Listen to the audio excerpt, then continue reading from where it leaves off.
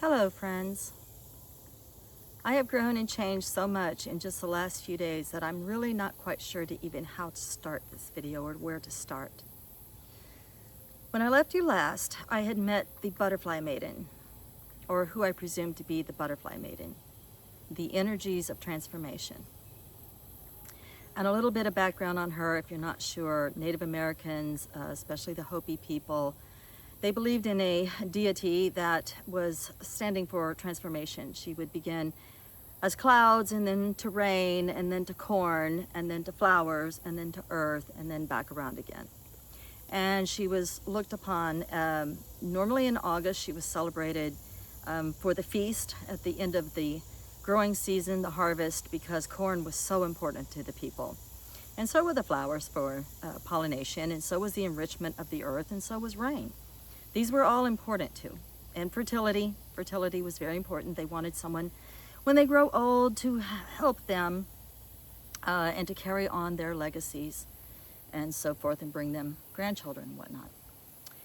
Anyway, this was the maiden that I felt like I had met, one of them. There was several others, and I've talked about them in previous videos, and I met them all at the same time. I did not know going in that the Butterfly Maiden would be the most prominent at the time. And I told you that I felt like stepping out of running the center of Claiborne, of my land, into venturing next door and opening an Airbnb and thereby becoming a businesswoman, that was my transformation. That was part of it. And here's where it's going to get a little bit graphic and triggering for some of you, maybe.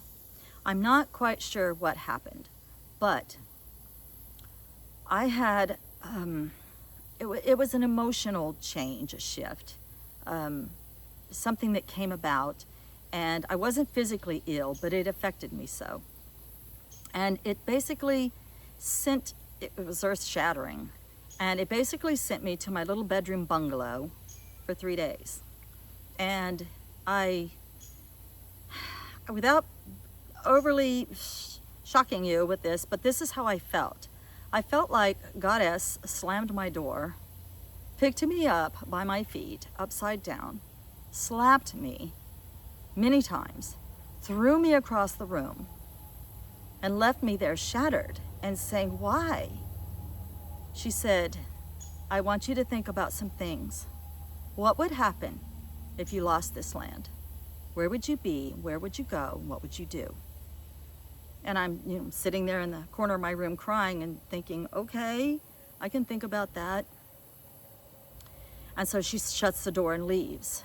And so for the first day, I felt like what it must feel like for a caterpillar in a chrysalis. I felt like my parts of me were literally turning to mush. I couldn't eat. I couldn't sleep.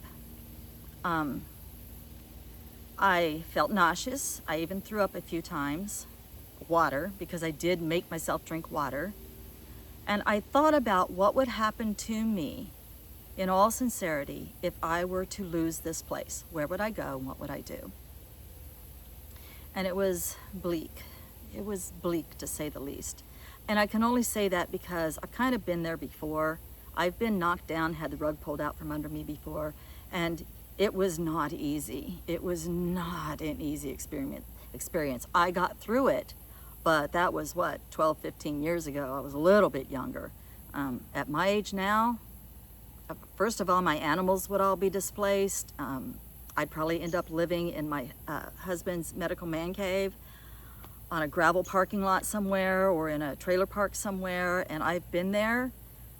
You've got to be the right kind of person to be able to survive that situation, and it feels like there's no privacy, and everybody knows your comings and goings, and there are no trees, and often, and I'm not talking about all trailer parks, I'm talking about the ones that I've experienced. And the only solace I ever found was sitting in the one tree that I could find, and reading was the only solace I could find while I experienced that.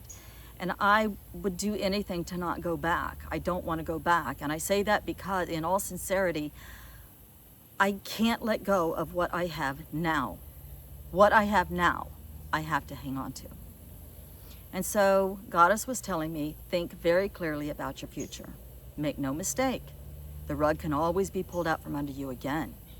Make no mistake, make plans now. What will you do? And I said, okay, this is what I'll do. And then I still was feeling like mush.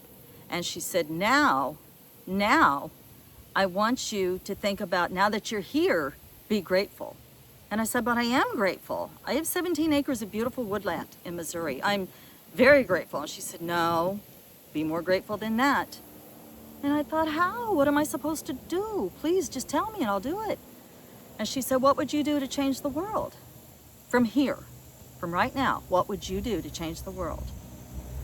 And I thought about that for another day and a half. And I thought, what could I do? And when she came back to speak to me again, she said, what have you decided? What would you do? And I said, well, what's at my core, my heart, my soul is nature and protecting nature and our natural resources, and not thinking about, industry without thinking about consequences, and how I would make changes. And, I see vast fields being mowed down, and there's nowhere for pollinators to go. And if we don't have pollinators, we don't eat. And I would want people to connect with nature again. She said, how would you do that?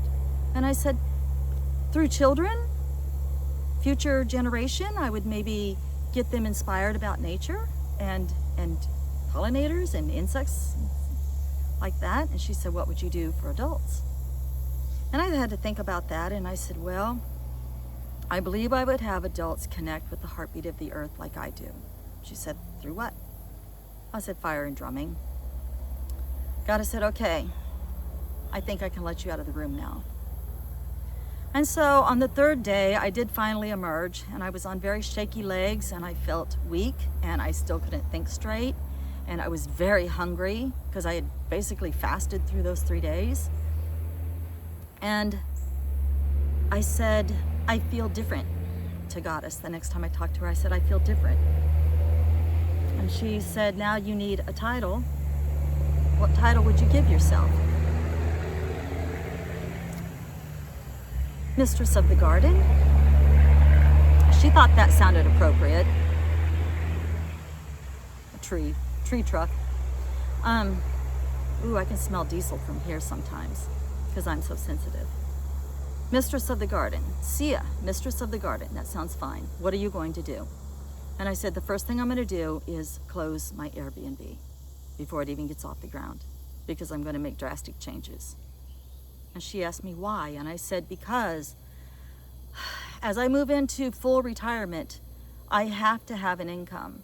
I have to have something, and I'm unable to go to work. I can't see, I can't stand, I can't sit very long. I gotta have elbow room, I gotta be outside, but then I get hot, I gotta take breaks.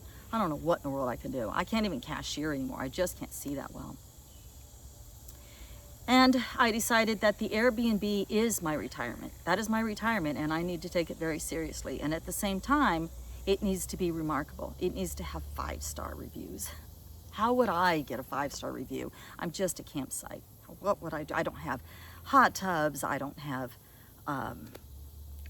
tennis courts, and I don't have a spa nearby or anything like that. I don't know what can I do? Well, what I can do is extend the garden. Extend the garden all the way from my side of the land, all the way down to the campsite. Extend the garden and invite in all the pollinators to where they're up close and personal with them. They wouldn't have to walk up here, they're up close and personal. And I would possibly maybe add drum rental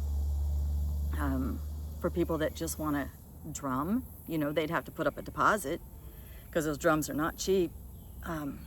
But I would love to see that.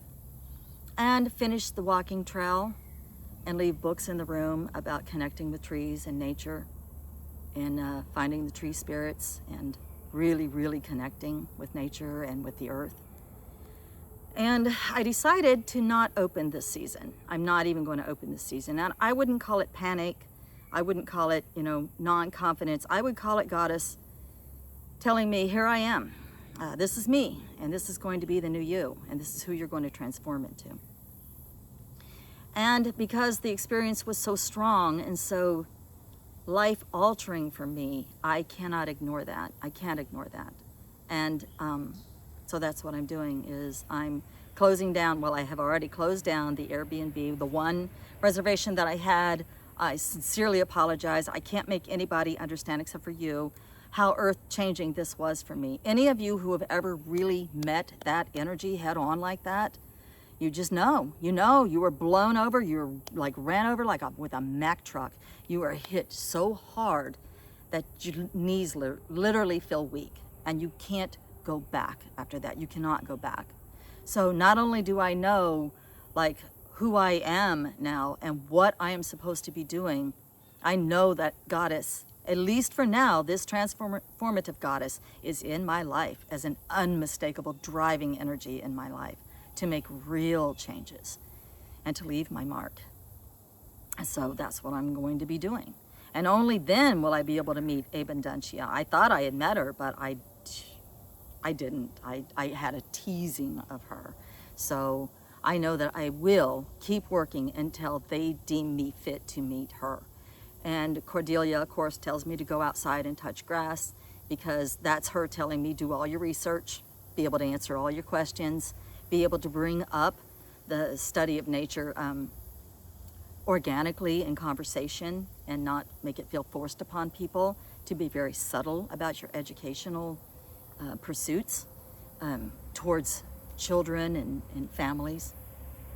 And White Tara tells me to not only pull away from bad relationships, but to raise my bar of compassion with others.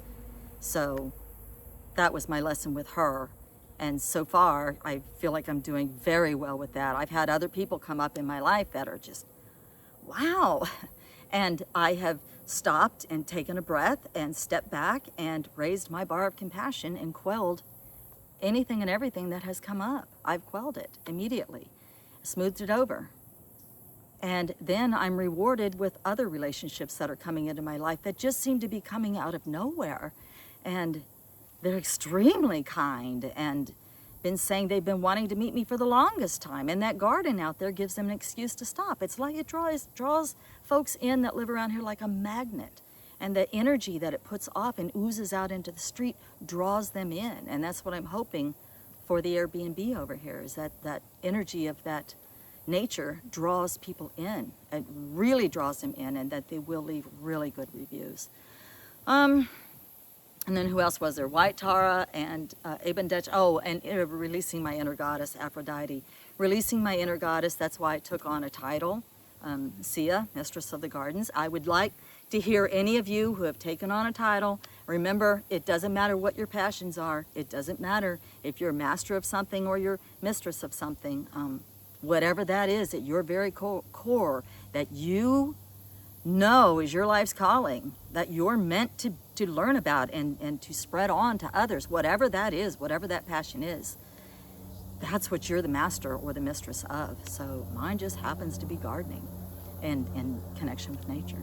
All right, guys, just wanted to leave y'all with that. I will definitely give you more updates. I hope this wasn't too graphic for some of you. It just wasn't a sweet, nice thing at all. It was earth-changing. It was life-altering. It was, wow, in your face with energy, goddess energy. Whether she's even was considered a goddess, I'm not sure. I don't know. She was a Hopi deity, goddess, influence. I don't know what they called her. All right, y'all. Love, light, peace.